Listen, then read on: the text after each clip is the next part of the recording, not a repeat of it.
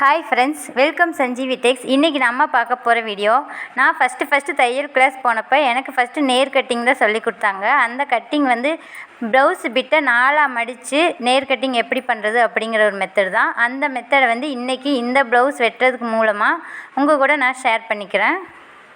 42 சைஸுக்கான நேர் கட்டிங் தான் இன்றைக்கி போட போகிறோம்.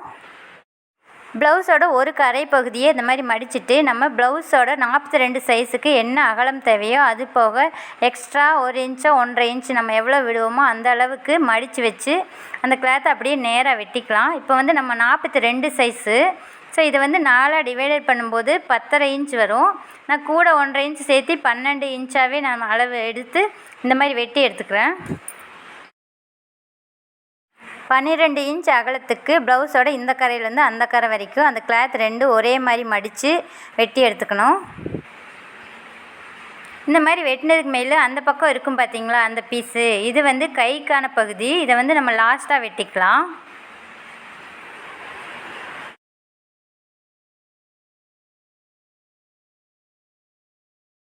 இப்போ வெட்டி எடுத்துருக்கிற இந்த அகலத்துக்கான இந்த கிளாத்தில் ஃபுல்லாக மடிச்சிருக்கிறோம். இதில் தான் ஃப்ரண்ட்டு பேக்கு பட்டி எல்லாமே 4ஆக மடித்து வெட்ட போகிறோம்.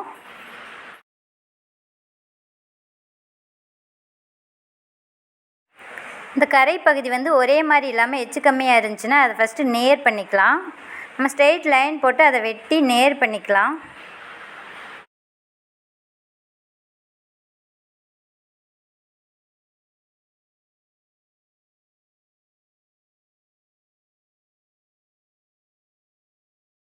இப்போ அடுத்தது நம்ம வந்து அகலம் ஏற்கனவே வெட்டி ஒரே அளவில் வெட்டி தான் எடுத்துருக்குறோம். அதனால் அகலம் இப்போ மார்க் பண்ண வேண்டியதில்லை.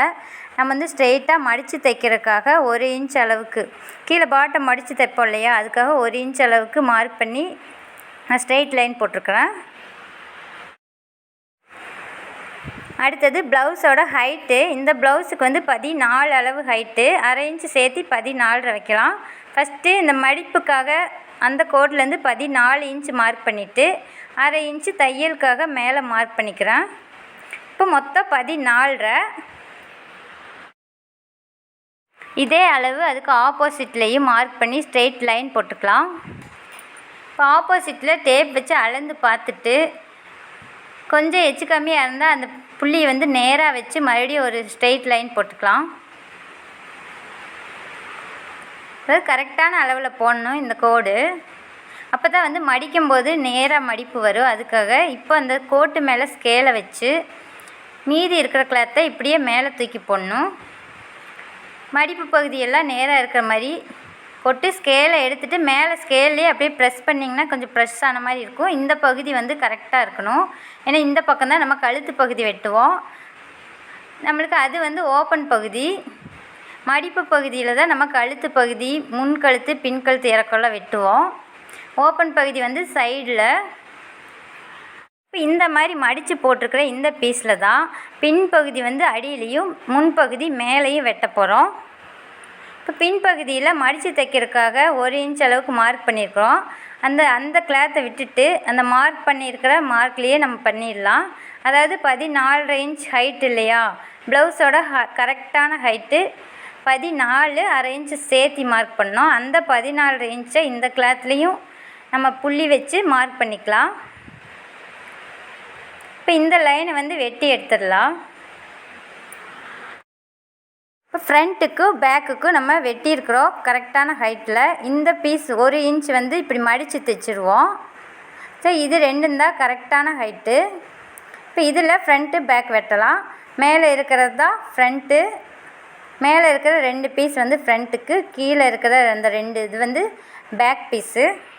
ப்ளவுஸோட கரெக்டான அகலத்துக்கும் நீளத்துக்கும் நம்ம இந்த மாதிரி 4ஆக மடித்து போட்டு அடுத்து ஷோல்டரு.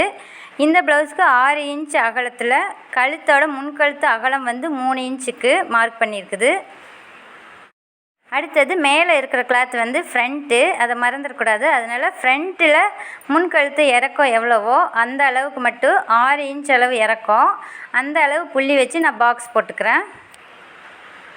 அதே மாதிரி ஷோல்டரோட முழு அகலம் வந்து 6 இன்ச் மார்க் பண்ணியிருக்கோம். அதுலேருந்து நம்ம ஆர்ம் ஹோல் லென்த் வந்து 6 இன்ச் மார்க் பண்ணிவிட்டு அதுலேருந்து நம்ம பாக்ஸ் போட்டுக்கலாம்.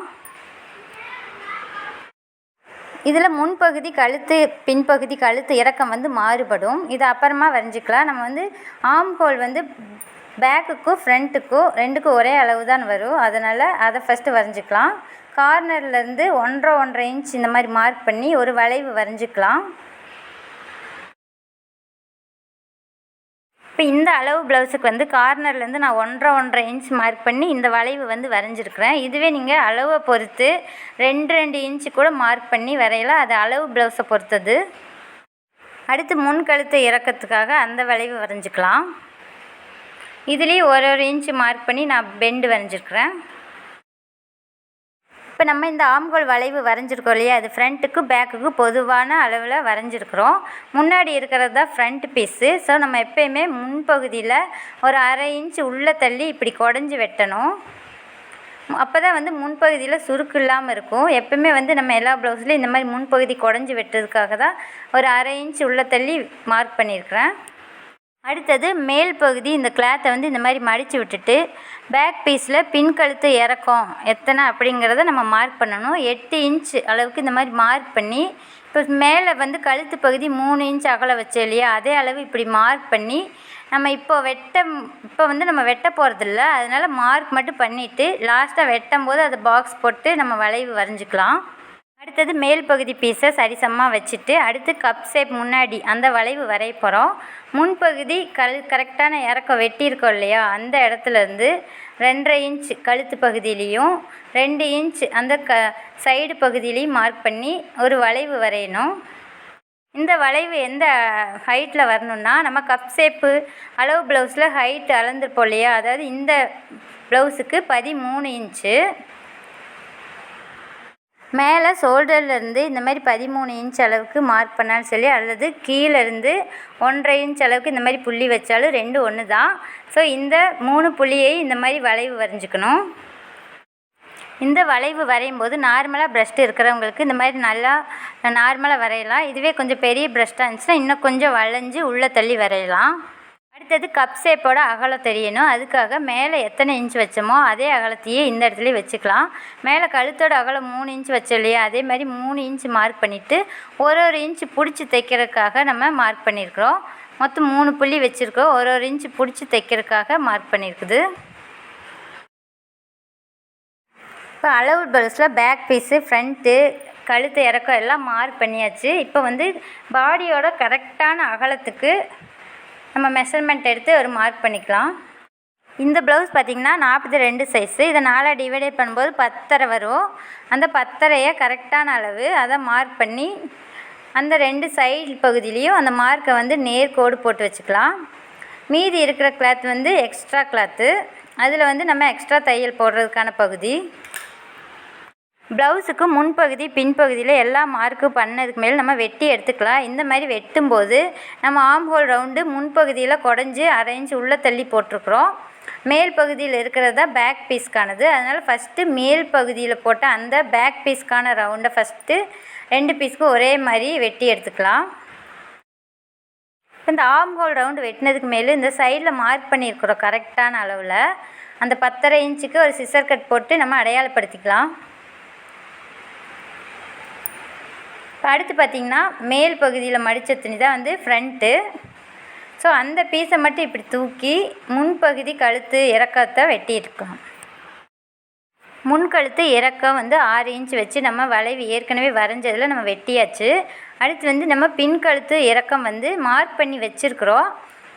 அந்த பீஸில் வந்து நம்ம பாக்ஸ் போடணும். மேல் பகுதியில் இருக்கிற அந்த கிளாத்தை வந்து இந்த மாதிரி மடித்து விட்டுட்டு நம்ம அந்த ஏற்கனவே போட்டிருக்கோம் அந்த கழுத்து அகலத்துக்கு போட்டிருக்கோம் இல்லையா, அந்த பாக்ஸ்லேயே நம்ம ஒரு வளைவு பின் கழுத்துக்கான வளைவு வரைஞ்சிக்கலாம். இந்த இடத்துல வளைவு ரவுண்ட் நெக் வேணும்னா நீங்கள் வளைஞ்சி வெட்டிக்கலாம். இல்லை பாக்ஸ் மாதிரி வேணும்னா வி நெக் வேணும்னாலும் நீங்கள் எந்த நெக் வேணுமோ அந்த நெக் வரைஞ்சி இந்த மாதிரி வெட்டிக்கலாம்.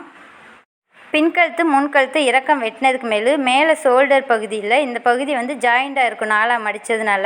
இதை தேவைப்பட்டால் ஓப்பன் பண்ணிக்கலாம். இல்லை சாதா ப்ளவுஸ் தான் தைக்க போகிறோம் அப்படிங்கிற பட்சத்தில் இப்படி சிசர் கட் மட்டும் போட்டு அடையாளப்படுத்தி வச்சுக்கலாம்.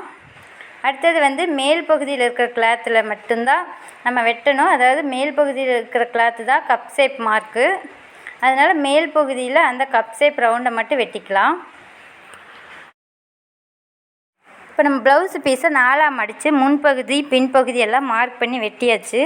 அடுத்தது நம்ம வந்து முன்பகுதிக்கான cup shape height and arm ஹோலில் வந்து குடஞ்சி வெட்டுவோம் இல்லையா, அதை இப்போ வெட்ட போகிறோம்.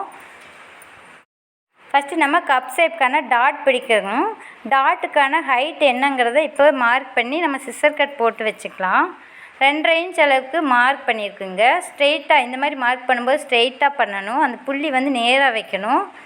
இந்த மாதிரி நேராக வச்சு இந்த மாதிரி நேராக கோடு போட்டு அப்புறம் ஒரு இன்ச்சு அந்த பக்கமும் இந்த பக்கமும் பிடிச்சி தைப்போம். அதுக்கான மார்க் பண்ணிக்கலாம்.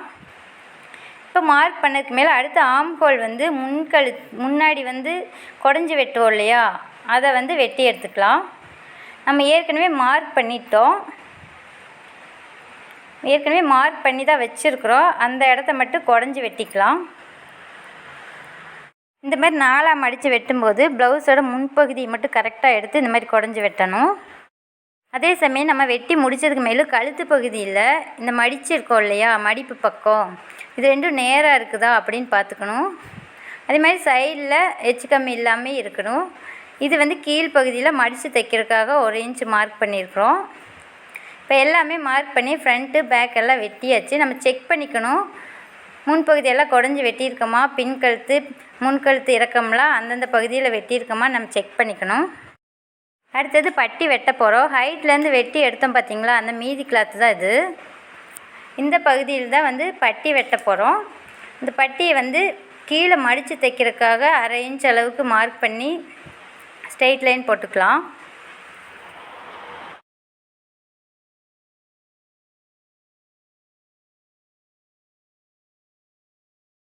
அடுத்தது பட்டி என்ன அகலத்தில் நீளத்தில் வெட்டணும் அப்படிங்கிறத நம்ம ஏற்கனவே வெட்டி வச்சுருக்கிற ஃப்ரண்ட் பார்ட்டை வச்சு நம்ம அளந்துக்கலாம்.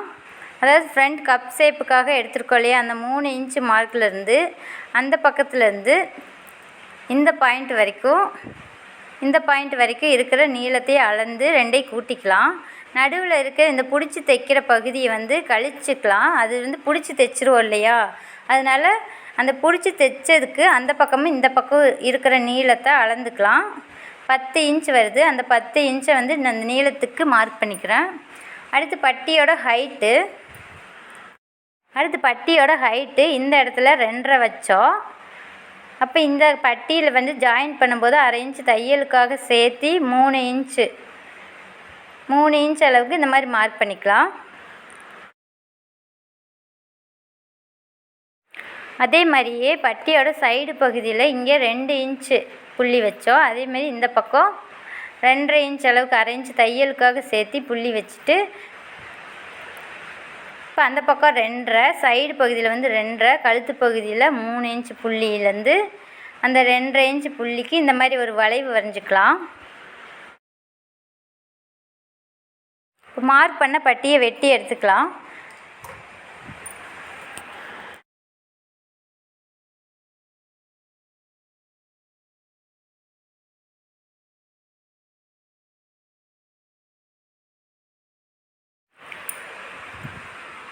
பட்டி வெட்டினதுக்கு மேலே இந்த அகலமான பகுதி வந்து கழுத்து பக்கம் வைக்கணும். கொஞ்சம் அகலம் கம்மியாக இருக்குது குறுகலாக, அந்த பகுதி வந்து அந்த சைடு பக்கம் போகணும். நம்ம தைக்கும்போது அந்த பகுதியை பார்த்து கரெக்டாக நம்ம தைக்கணும். அடுத்து இப்போ 2 கிளாத் மட்டும்தான் பட்டி வெட்டியிருக்கிறோம். நம்மளுக்கு கொஞ்சம் கெட்டியாக இருந்தால் தான் நம்மளுக்கு பட்டி வந்து மேலே ஏறாமல் இருக்கும். அதனால் 4 கிளாத்து நம்ம வெட்டிக்கலாம். அதுக்காக 2 கிளாத் வந்து ஆம்ஹோல் சைடு வெட்டின அந்த கிளாத் இருக்குது பார்த்திங்களா மிச்சம், அதில் வந்து இன்னும் 2 பட்டி எக்ஸ்ட்ரா வெட்டிக்கலாம். அந்த பட்டி அது மேலேயே வச்சு நம்ம மார்க் பண்ணி அதே அளவு வெட்டிக்கிறேன்.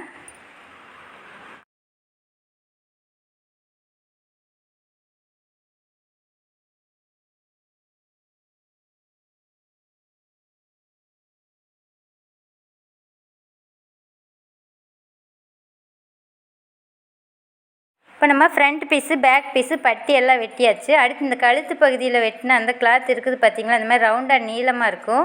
இதை கொக்கி பட்டி வச்சுருக்கிறதுக்காக யூஸ் பண்ணிக்கலாம். அடுத்தது வந்து நம்ம ஸ்லீவ் வெட்ட போகிறோம். ஏற்கனவே ஸ்லீவுக்காக தனியாக எடுத்து வச்சுருந்தோம் இல்லையா, அந்த கிளாத்தையே எடுத்துக்கலாம். கரைப்பகுதி வந்து கரெக்டாக இருக்கிற மாதிரி வச்சு 4ஆக மடிச்சுக்கலாம். மடிப்பு பக்கம் வந்து மேல் பகுதியில் இருக்கிற மாதிரி இந்த மாதிரி வச்சுக்கலாம்.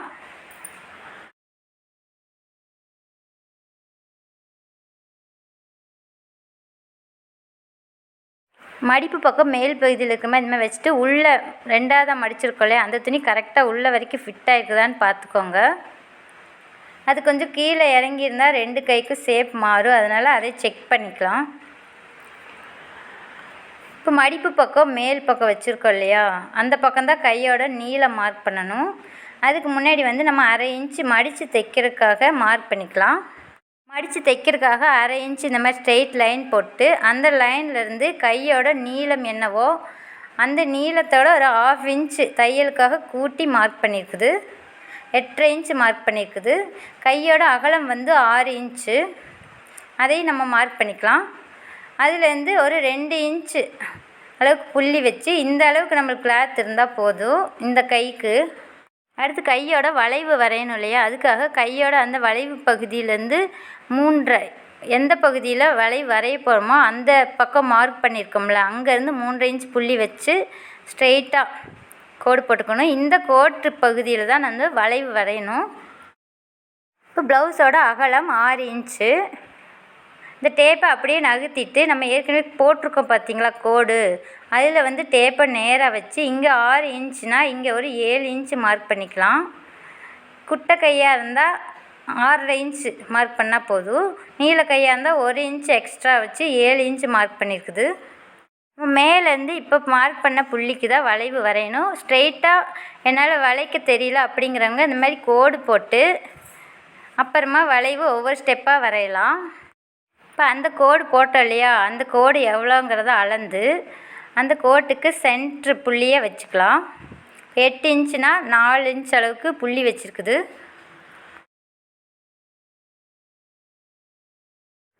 இந்த 4 இன்ச்சு புள்ளியிலேருந்து அந்த சென்ட்ரல் 4 இன்ச்சு புள்ளியிலேருந்து அந்த பக்கம் இந்த பக்கமும் 1/2 இன்ச்சு ஒரு புள்ளி வச்சுக்கலாம். மேல் பகுதியில் இந்த இடத்துல புள்ளியில் ஒரு 3/4 இன்ச்சு ஸ்ட்ரெயிட்டாக கோடு போட்டுக்கலாம்.